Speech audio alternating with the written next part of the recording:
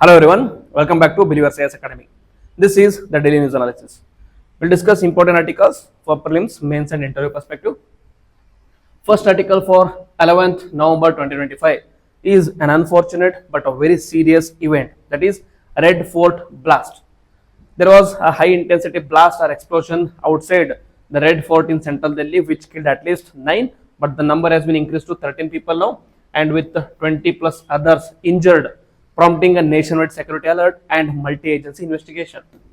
Not only this, before this as well, I will discuss with you many of the topics, such as in the topic of the day yesterday, I discussed about Gujarat, a doctor from Telangana who was involved in a chemical terrorism threat, that is rising toxins, and also another doctor who was caught red-handed in Delhi with explosives, and another person caught in West Bengal with more than 290 kgs of explosive, and today also a person in Jammu and Kashmir was caught with 2900 kgs of explosive. So there seems to be a coordinated attacks that have been planned all over India, but we have to thank our intelligence agencies for spoiling or foiling most of these attacks. But again, as I told you yesterday, like intelligence agency is like a goalkeeper. Okay, so they will make lots of saves. So within last week they were able to foil at least on 20 attacks, throughout the India, but one attack which they were unable to save was this Red Fort attack, and this is the gravity of the situation, and this is why these intelligence agencies are criticized. Okay, but we have to understand the opposition is also a very formidable opposition in this particular issue. Incident that happened around 6:52 p.m. A slow-moving car exploded at a red light near Red Fort, high security, a tourist-heavy area. Casualties dead, and the immediate response fire service, NSG, FSL, and NIA teams have been deployed. Area has been cordoned off. Next suspect is a car owner detained in Gurugram. Identity verification is underway. Next, government response is Union Home Minister Amit Shah visited the injured and announced thorough investigation.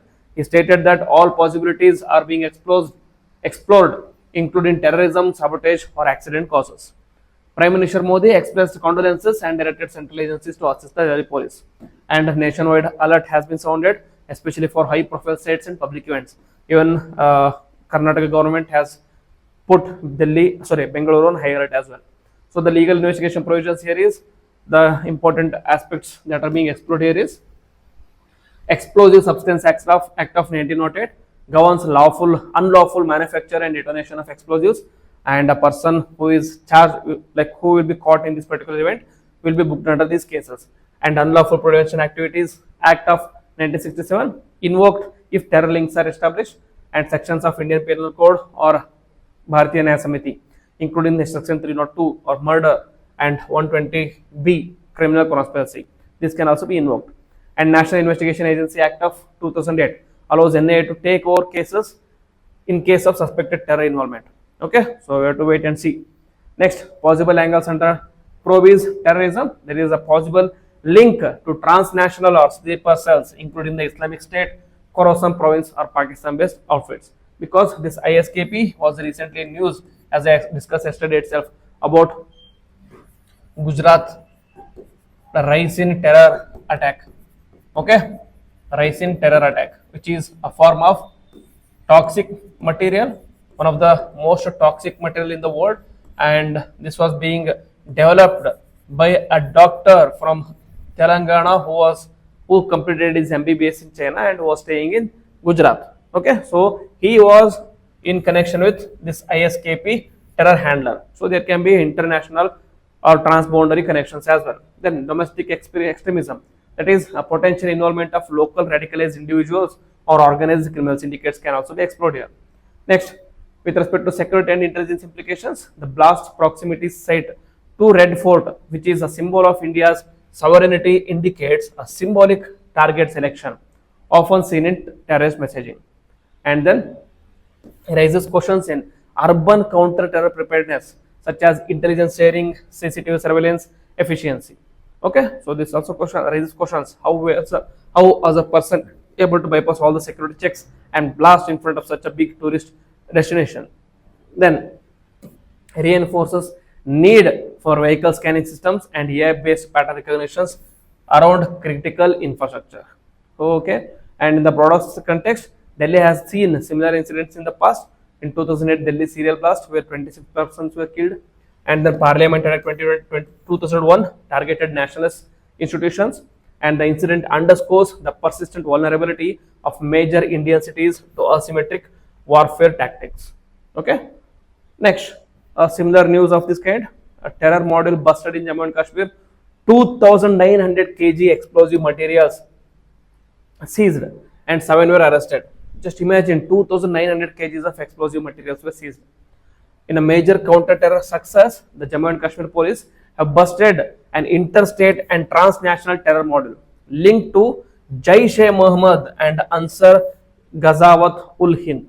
Okay, 2,900 kg of IED making material and several weapons were seized with 7 suspects, including 2 doctors and a cleric. So this again in Gujarat as well, there is a doctor involved, and in Delhi before the blast, serial blast, there is a doctor involved. Even in Jammu and Kashmir, there is a doctor involved.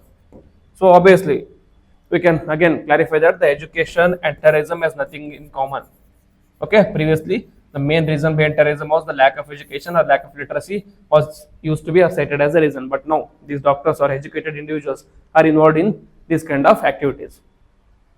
Have been arrested across Jammu and Kashmir, Haryana and Uttar Pradesh.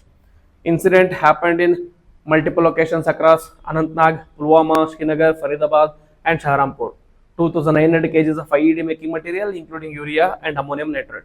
This ammonium nitrate was discovered or found in Delhi as well, just before this Delhi serial blast or just before this Delhi car blast.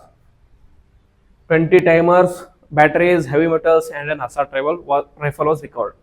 Arrest: 7 persons were arrested. Key operatives include Dr. Mazumel Ahmad Ghani or Musaib, assistant professor at Al Fatah University, Faridabad. See, he is a professor as well, assistant professor at Al Fatah University in Faridabad. And Dr. Adil from Kulgam, arrested in Shahrampur, UP. And Irfan Ahmad Maulvi, Imam from Sofian, linked to radical pamphlet circulation. Okay, see again, let's not get into the details, but just remember that education and the terrorism are no longer linked to each other. Lack of education doesn't mean they have to go to terrorism, and with education doesn't mean that they are not far away from the terrorism. In this particular case, with all the education also, they have been attracted to this extremist ideology. Next, nature of the model is, it was described as a white collar terror ecosystem. Again, now the ecosystem, terror ecosystem is also called as white collar. Normally the white collar professionals was considered to be sectors in economy. Now the white collar terror ecosystem is involving or increasing, involving educational professionals and radicalized students. Foreign handlers based in Pakistan and other countries coordinated the module through encrypted channels. The group was allegedly recruiting over the last 2 years using religious and ideological indoctrination. So trigger point of the probe is, the investigation began after Jaish protesters appeared in Nogam, Srinagar in October 19, threatening the security forces. Tracing of pamphlets in Urdu led to Sofian-based cleric Irfan Ahmad, who provided information on the wider network. See, this religion and education connection here. Religion and education connection, which is leading to radicalization. Okay, which is leading to radicalization. In this particular case, doctors like who are MBBS with the prestigious MBBS degree holders, and here Maulvi, who is the head of imams, who is the head of religious institutions, and they together are spreading these radicalist ideas through religious pamphlets. Okay, pamphlets. So you can see how it is easy for youngsters and all the educated students to get involved in these kind of things. They think that if a person so educated can involve in jihad, we can also involve. If a person who is so religious can involve himself in jihad, we can also involve. They think that these people of higher authority are fighting for a particular cause, or fighting for religious war, or fighting a religious war or jihad. So the even youngsters such as students also get indoctrinated by these ideas, and they also end up becoming terrorists. Next,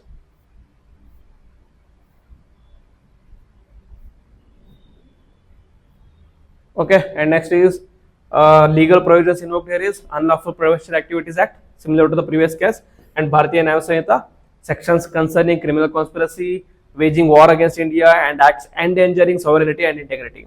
Explosive Act of 1884, that is Explosive Substances Act 1908, for unlawful possession and manufacture of explosives. Next, significance of the seizure is one of the largest recoveries of explosive making material in recent years, prevented possible large-scale terror attacks, especially in the North India, including Delhi and NCR region. Indicates the spread of radicalization beyond Jammu and Kashmir, with educated professionals aiding terror logistics and supply chains.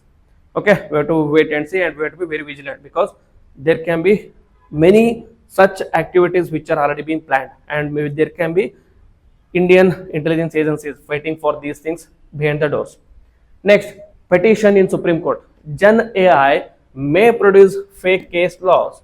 We'll discuss what is the Gen AI and how we can produce fake cases. Okay, the Supreme Court has agreed to hear a petition warning the unregulated use of generative artificial intelligence in judicial work could lead to hallucinations such as fabricated case laws, biased reasoning, and frictious judgments.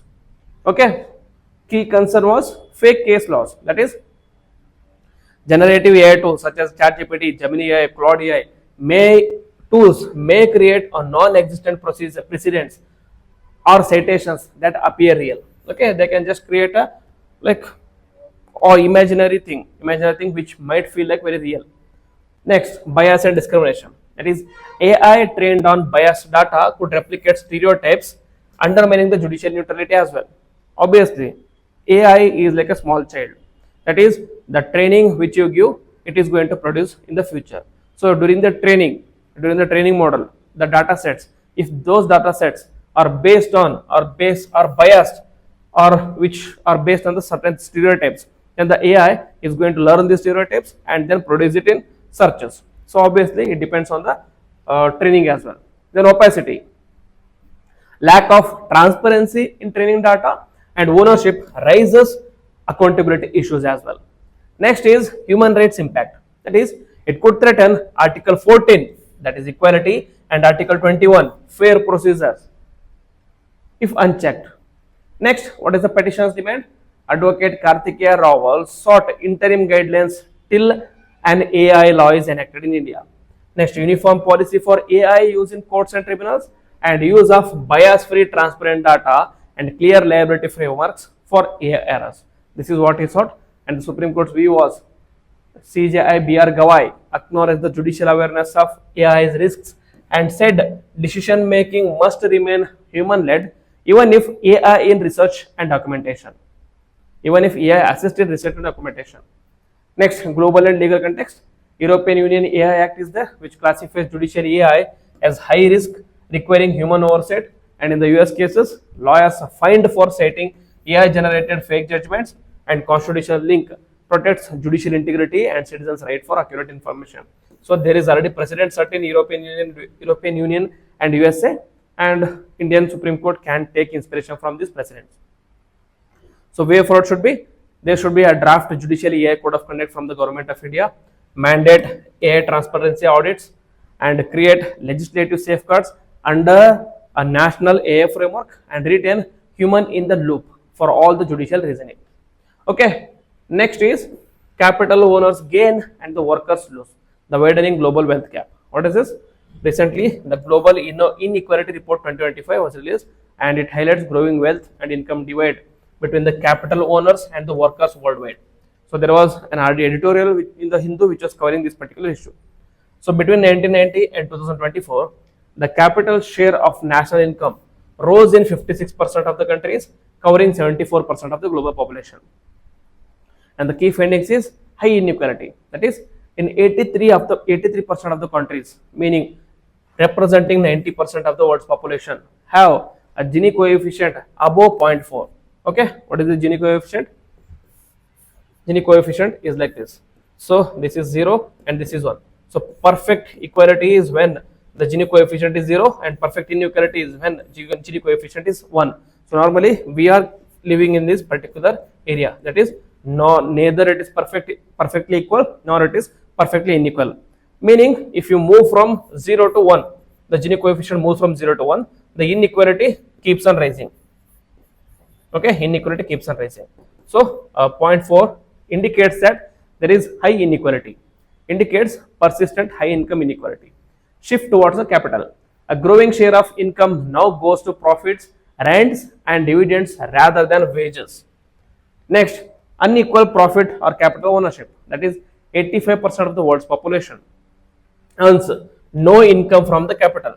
In India, 97% of the people live in households with less than $100 per year in capital income because they do not have any capitals. And next, CEO worker pay divide. That is from 2019 to 2024, CEO pay rose by 50% while the worker pay rose less than 1%. Okay, so there is again a big gap between CEO pay and worker pay. Next, private versus public wealth. Private wealth accumulated has outpaced public wealth, leaving many governments in net debt. Okay, so the implications of these findings is the rising inequality erodes social mobility, fuels political polarization, and widens gender and racial discrepancies or disparities. Example, maternal mortality gaps in USA is increasing. Next, declining labor law or labor share undermines inclusive growth and the SDG goal 10, that is reduced inequality. So what is the ideal is we focus on inclusive growth. The ideal is the growth which is covering everyone.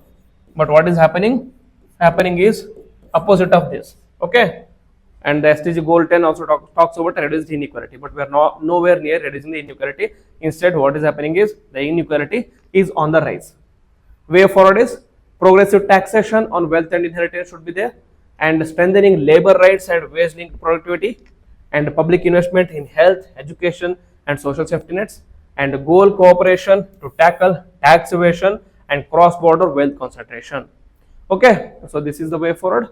A very important article. Next, moving on to the prelims pointers. First is, I think I will discuss about fusion aircraft.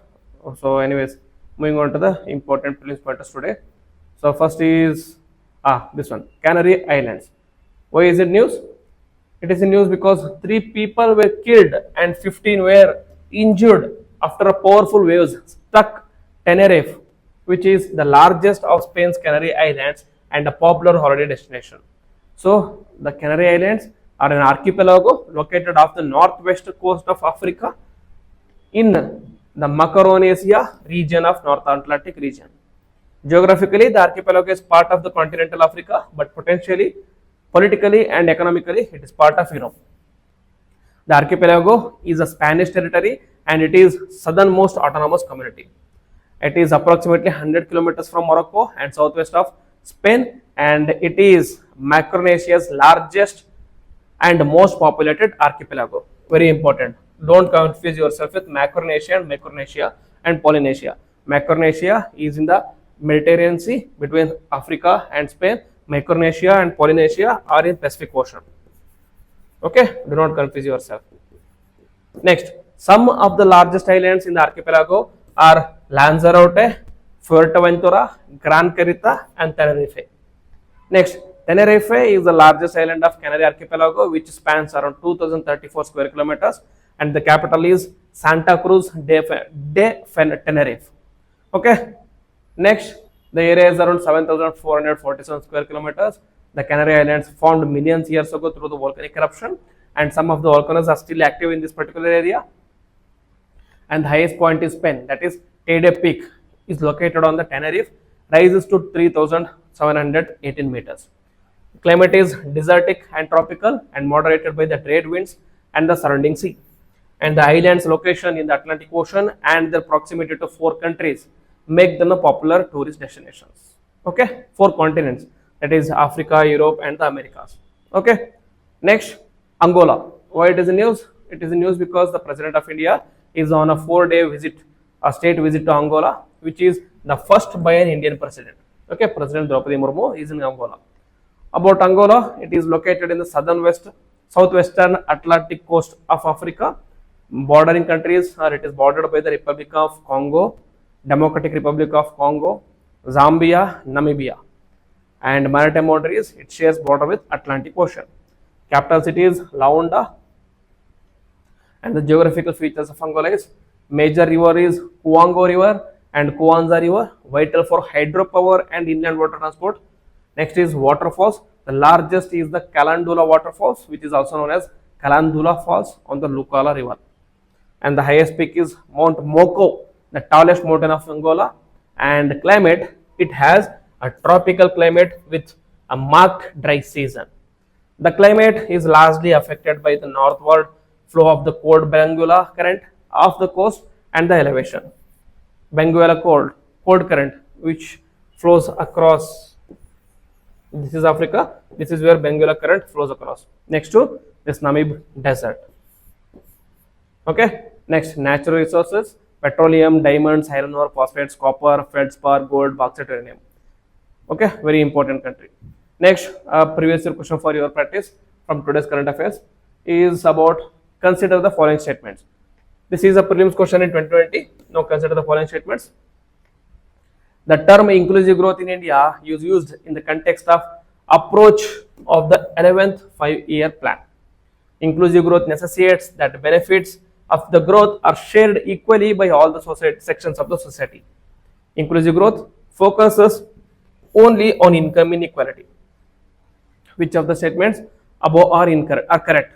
1 and 2 only, 2 only, 1 and 3 only, and 2, 1, 2, 3 only. Okay. So this is about today's articles. I think most of the articles I have covered, and I will be discussing about few other articles in the topic of the day, such as the recent terror attacks, and I'll be comparing all the terror attacks, and we'll discuss why is India under threat. Okay, and then we'll also discuss about recent cyber crimes in Myanmar and how India airlifted many of the individuals from India from Myanmar. Okay, so with this I will end the video. Jai Hind, Jai Karnataka.